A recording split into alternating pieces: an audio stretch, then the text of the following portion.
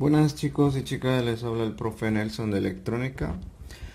Hoy vamos a hablar sobre las resistencias en serie y las resistencias en paralelo. Vamos a ver en qué momento se los puede llegar a utilizar y para qué sirven este tipo de configuraciones. Ya de acuerdo a las necesidades, uno va a decidir cuál de las configuraciones deberá utilizar, si en serie o en paralelo. Cada una realiza un trabajo. Pues empecemos con sus características. Bien, vamos a ir anotando las características de cada configuración. Los circuitos en serie o resistencias en serie, su valor total, la resistencia total, es decir, que si yo mido de un extremo al otro extremo, pues tiende a aumentar. Los valores en serie entonces aumentan, de tal forma que la resistencia total va a ser igual a la suma de las resistencias que conforman, en este caso R3 y R4. R3 más R4 sería el total. Luego de eso tenemos con relación al voltaje. El voltaje pues se va a dividir entre los componentes que presenta el circuito en serie. Eso significa que el voltaje se va a repartir o dividir entre los componentes que tenemos. El voltaje en R3 más el voltaje en R4. Si tuviera más resistencias, pues el voltaje se dividiría entre los demás. El tema de qué porcentaje cae en cada una de las resistencias lo vamos a ir viendo después con unas fórmulas. Por lo pronto veamos qué características presenta. Al tener entonces la división de voltaje o la repartición de ellos en cada uno de los componentes, pues conlleva que la potencia, es decir, el calor que puede aguantar nuestra resistencia, puesto que tenemos resistencias de 1/4, resistencias de 1 vatio, incluso resistencias más grandes. La diferencia de estos son el tamaño, el valor puede ser el mismo, pero las resistencias en serie me permiten a mí utilizar varias resistencias pequeñas para poder obtener la misma disipación que una resistencia más grande. Eso por diversas causas, ¿no? Una, porque comercialmente no encuentro de esa potencia. Otra, por el espacio del gabinete o la placa. Es decir, que hay diversas situaciones en las cuales te obligue a utilizar circuitos en serie o resistencias en serie. Por tanto, la potencia se va, en este caso, la potencia total del circuito se va a dividir entre la potencia de las resistencias que tenemos. Aquí, perdón, esta es potencia en R4. Entonces, la potencia se divide entre los componentes que tenemos, al igual que el voltaje. Y la resistencia total, pues se suma directamente. Muy bien, esta sería una de las características que presentan los circuitos en serie. Y no olvidar que en un circuito en serie la corriente es una sola, una de un solo valor. De aquí, aquí, acá y acá. El cual se obtiene en este caso con la ley de Ohm, ¿no? Voltaje dividido entre resistencia, en este caso resistencia total. Eso lo vamos a ir anotando en acá. La corriente va a ser igual en este caso al voltaje que se esté usando, VCC, dividido entre RT, que sería la fórmula. Esto sería ley de Ohm. Ahora pasemos a ver las características del circuito en paralelo. En un circuito en paralelo tenemos que la tensión, primeramente, pues es la misma en todas las resistencias. Pero el valor total de la resistencia a medir, si no está la fuente, recuerden que la medida se le realiza sin alimentación. Medimos acá y acá con el multímetro, o acá, es lo mismo. El resultado total va a ser en base a una fórmula, ¿sí?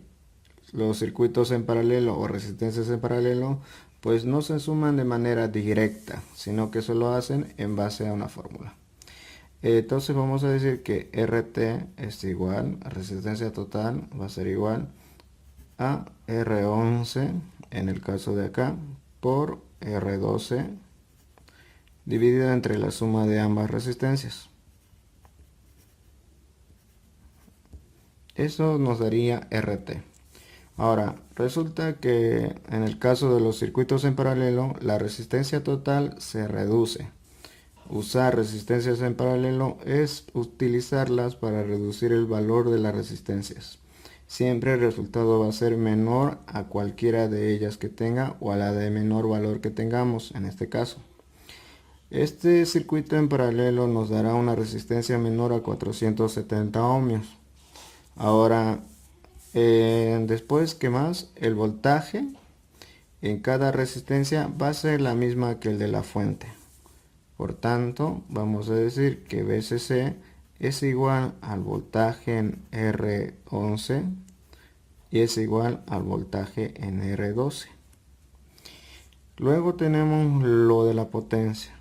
La potencia, como la tensión que cae en cada componente es la misma que VCC, pues la potencia en este caso no se reparte o divide, ya que en cada uno de ellos, de cada resistencia, recae la misma tensión. Por tanto, la potencia va a estar directamente relacionada con el valor de la resistencia y nuestra fuente de alimentación, ¿no? La potencia va a ser igual al voltaje que estamos usando, en este caso los 15 voltios, por la corriente que esté pasando por ella. Y para encontrar la corriente que esté pasando por esa resistencia, aquí podemos decir la potencia en R11 es igual al VCC y por la corriente en R11. ¿A qué se refiere con R11? Pues la corriente en un circuito en paralelo pues se ramifica o se divide entre los componentes que tenemos.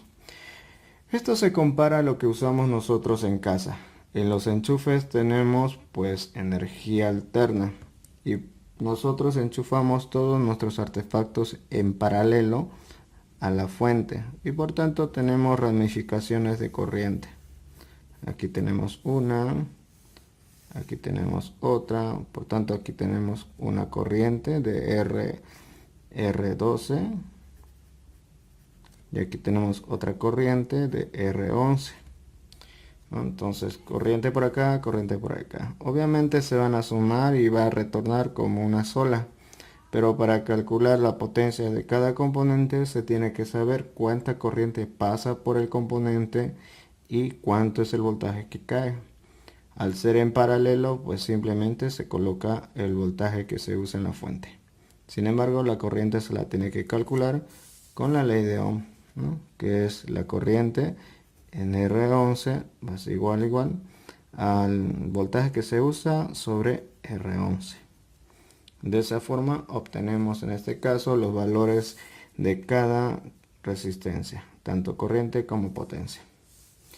Muy bien, estas serían las características de los circuitos tanto en paralelo como en serie. Ahora no solamente se utilizan circuitos en serie y en paralelo con corriente continua como se acaban de observar, sino que también se utilizan con corriente alterna, ¿sí? Es la misma operación. La corriente alterna se aplica al circuito y tendríamos los mismos resultados.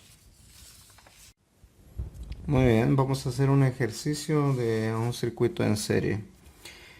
Tengo dos resistencias R3 y R4 de 4,7 y de 2K. Estas unidades en kiloohmios. Ahora, este tipo de circuitos en serie normalmente se utiliza para dividir el voltaje en dos puntos, de tal forma que podamos reducir la señal a señales más adecuadas para circuitos de control. Por ejemplo, de acá yo puedo ponerlo y llevarlo a un circuito integrado que todo el mundo debería saber o sabemos de que trabajan con 5 voltios en su mayoría y tenemos casos de 3.3 o 1.8 voltios. Esos voltajes pues se los tiene que respetar. Por tanto, si tenemos señales de comunicación de mayores voltajes, se tienen que reducir. Y la forma más eficiente, o en este caso más rápida y barata, podría decir, que es utilizando en este caso dos resistencias, lo cual nos dará un voltaje en R4 con respecto a negativo, el cual entrará al circuito integrado para su muestra y control. Esto en base a las fórmulas que vimos. Resolvamos el ejercicio y veamos de qué potencia son o deberían ser R4 y R3 y cuál es el voltaje o caída de tensión en cada resistencia del circuito. Lo primero es saber que tenemos que encontrar la corriente que pasa por el circuito, que en este caso va a estar en relación a RT, resistencia total, y el voltaje que tenemos. Por tanto, lo primero será encontrar RT, que en este caso será simplemente la suma de R3 más R4. RT entonces va a ser igual a 4,7 más 2K, por lo que nos dará RT 6,7K. Eso sería el RT, la resistencia total de extremo a extremo. Ahora la corriente, pues la corriente en base a la ley de Ohm. Entonces vamos a tener que colocar el voltaje y la RT. Esto va a ser igual a los 12 voltios que tenemos sobre RT. RT 6,7 y nos va a dar una corriente de 1,79. En este caso la unidad sería mA. ¿Por qué? Porque está en kiloohmios. Cuando tengan kiloohmios acá van a tener miliamperes.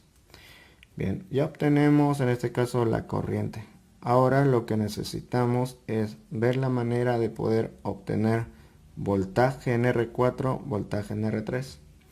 Una de las formas, porque hay varias formas, sería utilizar la misma ley de Ohm que se observa acá y obtener en este caso la V o despejar la voltaje.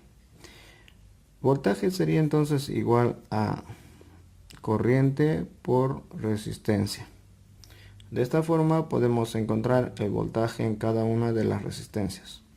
El voltaje en R4 entonces va a ser igual, voltaje en R4 va a ser igual a la corriente que sacamos por el valor de la resistencia. En este caso puedo decir por R4.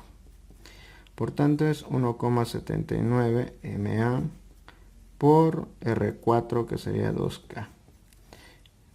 Por tanto, voltaje en R4 va a ser igual a ¿dónde está? 3,58.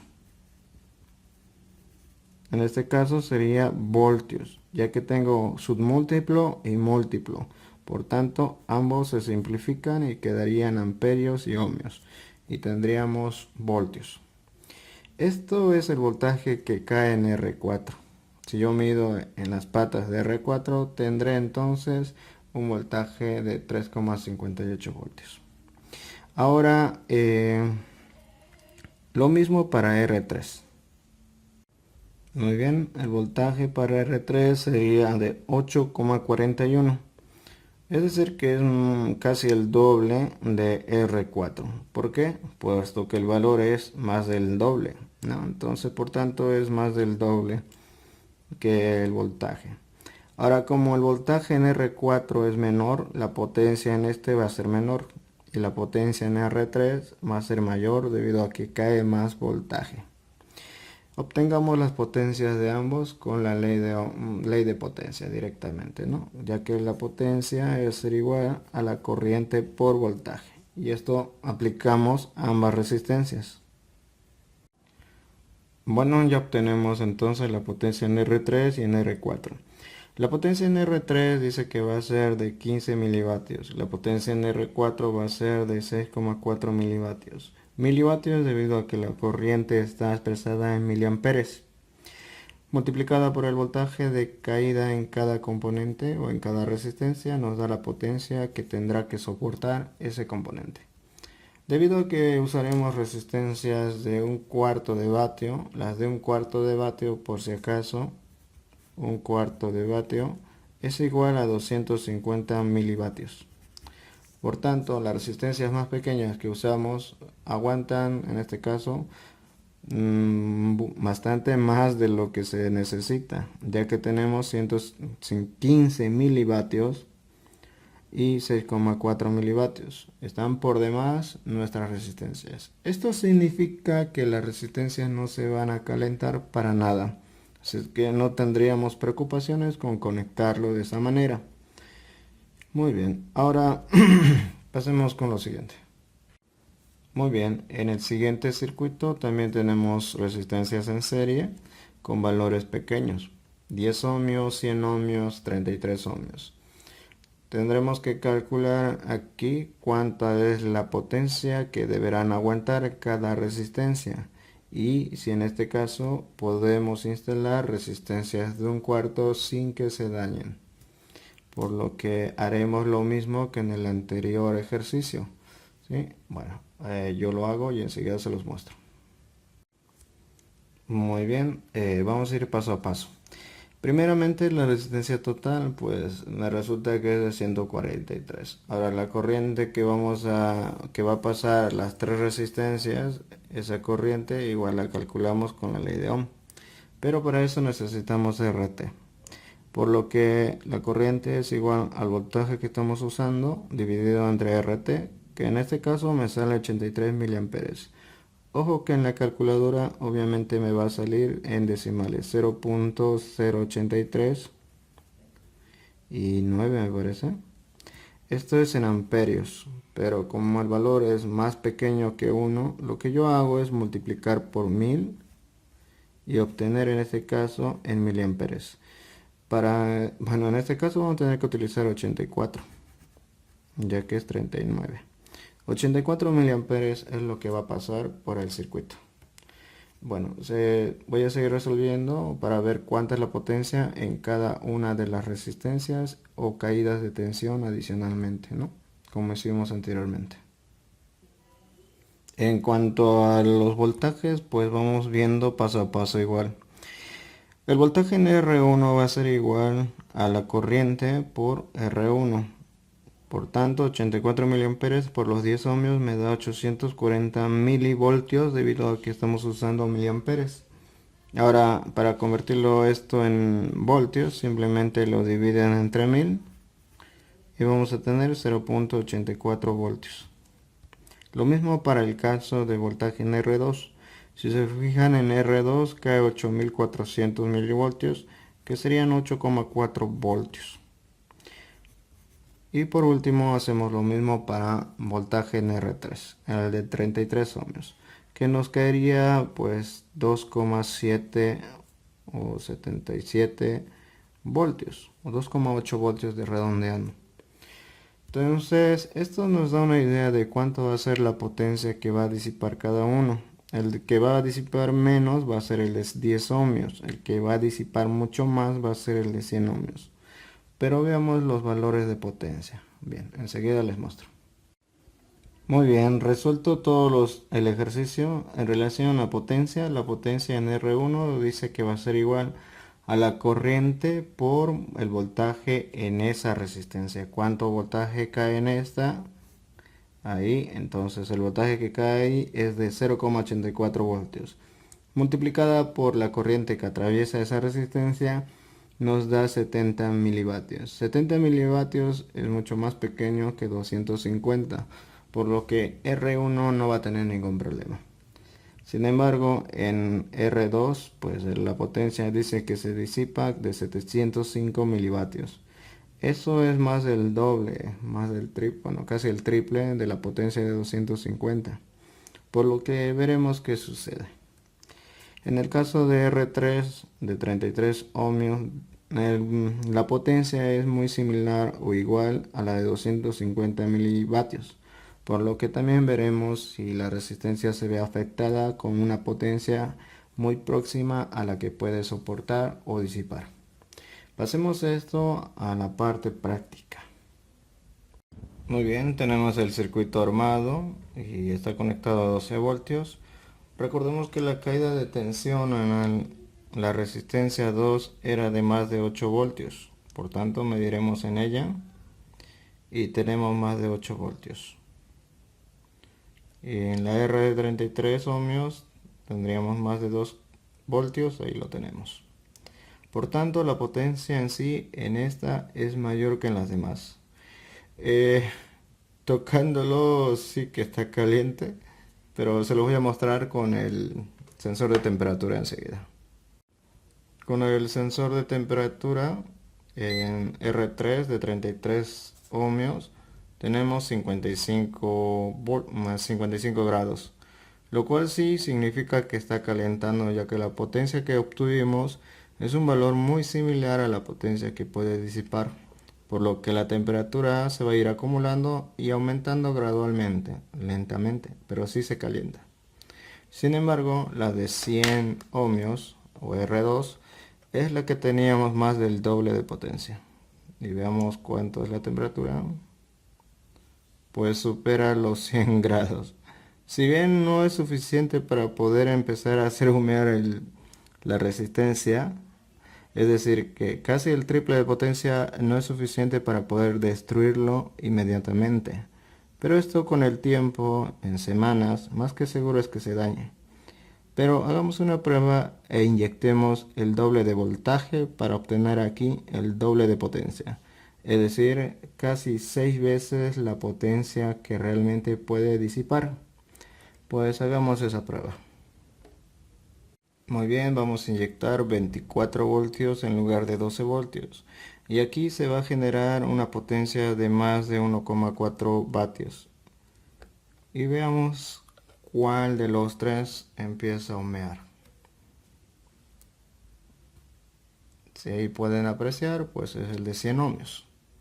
Sin embargo, los otros dos no. Sin embargo, el de 33 debió haber duplicado su potencia, pero no es suficiente para quemarse o destruirse.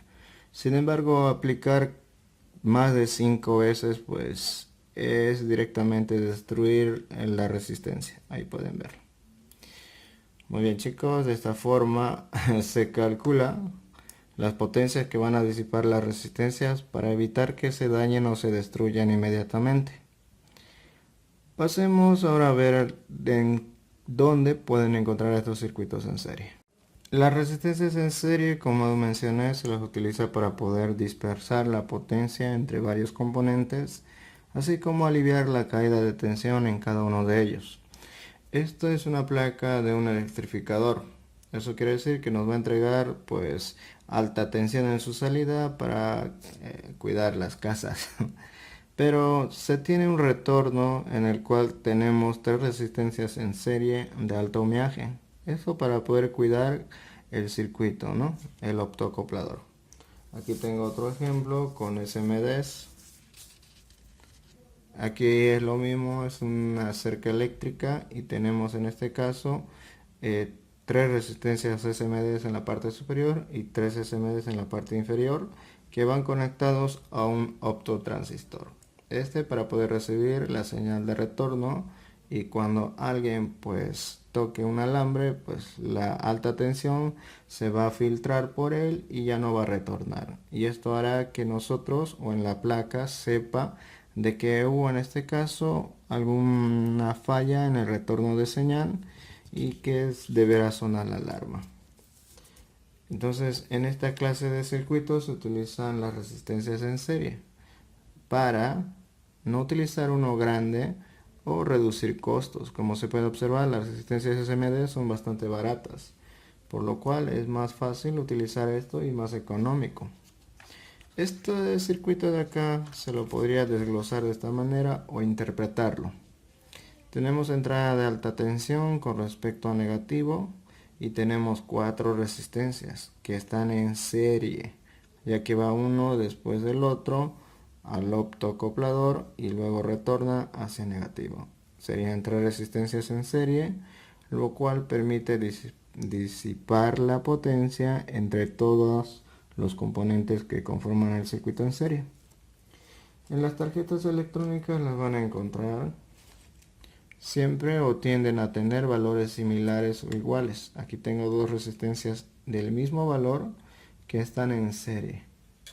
También tengo resistencias en SMD. Aquí no sé si se llegase a ver. Tengo esta y esta que están en serie también. Al igual que esta y esta están en serie. Basta que una de ellas se dañe y el circuito dejaría de funcionar adecuadamente. Bien, terminamos de hablar de las resistencias en serie. Veamos un poco de las resistencias en paralelo. Las resistencias en paralelo ya vimos sus características. Recordar que en este caso lo más importante sería obtener la resistencia total, ¿no? Ya que la corriente que pasa es de manera individual por cada componente que está en el circuito. Por lo cual lo primero sería obtener RT. Veamos con un ejemplo de circuito en paralelo, específicamente uno más complejo, con en este caso con 3 resistencias. En las placas electrónicas no van a encontrar con muchas más resistencias en paralelo, a lo mucho con 4 resistencias, ¿sí? Con 3 o con 2 es lo común. Normalmente presentan los mismos valores, pero en este caso puse diferentes valores para poder realizar los cálculos en base a las fórmulas que presentamos.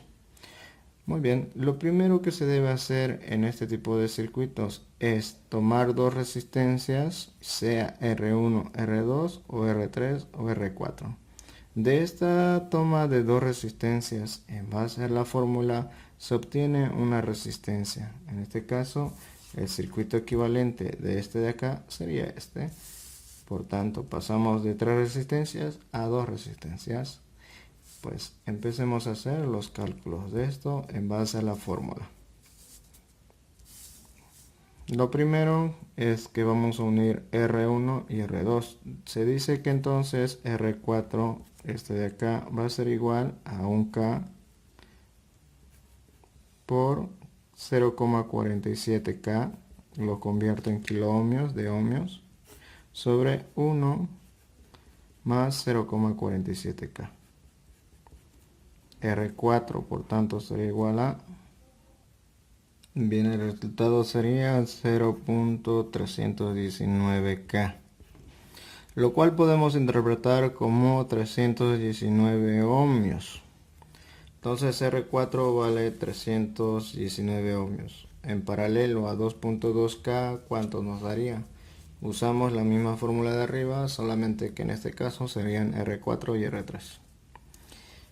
RT en este caso va a ser igual a R4 por R3 sobre R4 más R3.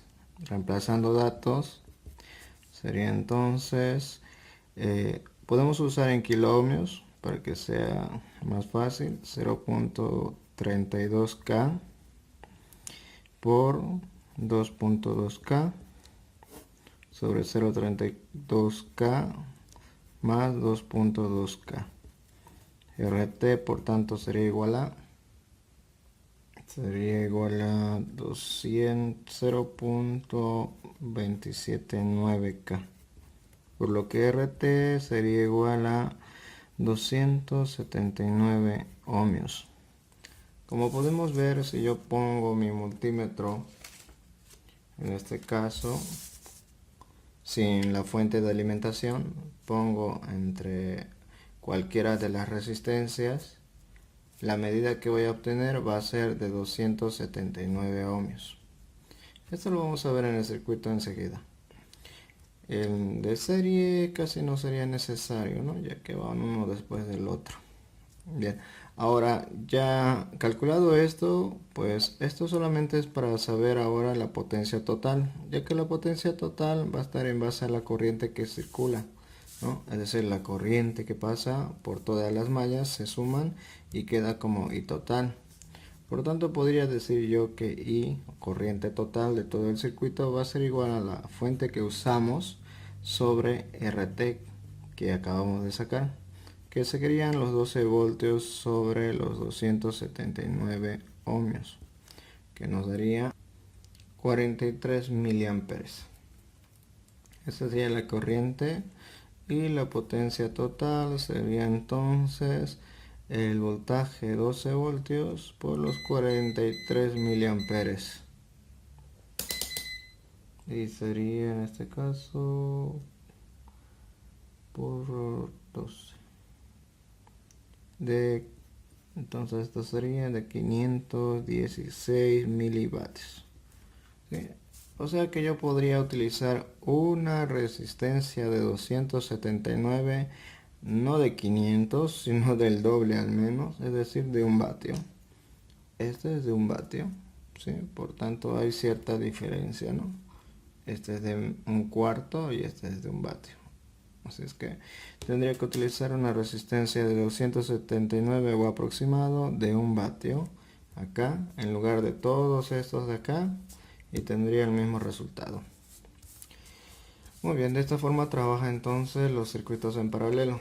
Los circuitos en paralelo, más que todo su trabajo, es poder ofrecer más corriente y también la de obtener, ¿no?, una resistencia aproximada. Por ejemplo, este circuito de acá. Acá yo tengo un circuito en paralelo con 3 resistencias y un diodo LED. Si yo retiro o se daña una de las resistencias, el diodo LED va a seguir encendido. Lo mismo, si retiro 2 o se dañan 2, va a seguir encendido. La única diferencia es que se va a atenuar un poco el brillo, pero va a seguir funcionando. Este efecto lo tengo en una de las placas, específicamente en una fuente de alimentación. Acá yo tengo 2 resistencias de 200K de 1/4 de vatio que están en paralelo. Sé que están en paralelo puesto que los 2 pines están unidos tanto arriba como abajo o en los extremos. Y esto va directamente hacia el circuito resonador o oscilador. El oscilador en este caso se alimentará a través de esas resistencias o generará en este caso un divisor de tensión. Esto ya lo veremos con más detalle cuando toquemos las fuentes conmutadas. ¿Sí? Pero en este caso están trabajando en paralelo. ¿Para qué? Para no colocar una sola resistencia, en este caso de 100K de medio o 1 vatio. Es una de las formas en las cuales se realizan las placas. Muy bien, armemos este circuito a modo de ejemplo y hagamos las mediciones, ¿sí? Muy bien, tenemos el circuito en paralelo y no está energizado. Tampoco pusimos el LED. Lo que vamos a hacer es medir esta resistencia, por si acaso es de 2K, no es de 2.2, así que el resultado va a ser ligeramente diferente. 278 y el calculado es 279. Pues no fue tan diferente, de hecho fue muy exacto, ¿no? Recuerden que hay que tomar en cuenta las tolerancias que tiene, si los contactos aquí son bastante bien, si están haciendo un buen contacto, ¿ya?, que a veces se mueven las resistencias. Y tenemos la lectura. Ahora lo que vamos a hacer es podemos sacar una de las resistencias y observar si hay algún cambio. Lo saco y tenemos una resistencia diferente, ¿no? Eso es porque estamos alterando el valor que están en paralelo. Vamos a conectar el diodo LED y verlo en este caso sacando una resistencia y observar si el diodo LED permanece encendido. Muy bien, tenemos el circuito, las resistencias y el diodo LED conectado. Retiramos una resistencia, se mantiene el LED encendido. Retiramos otra resistencia, se mantiene el LED encendido. Y por último, pues se apaga. Ven, de esta forma entonces las resistencias en paralelo nos ayudan a entregar más corriente. Las en paralelo es para poder entregar más corriente y también reducir el tamaño de las resistencias, ¿no?, para poder disipar también potencia de manera individual. Bueno, aquí quedaremos, chicos. Ojalá les haya servido y gustado el video. Y si les gustó, pues un me gusta ayuda mucho al canal. Nos vemos en el próximo video. Hasta luego. Chao, chao.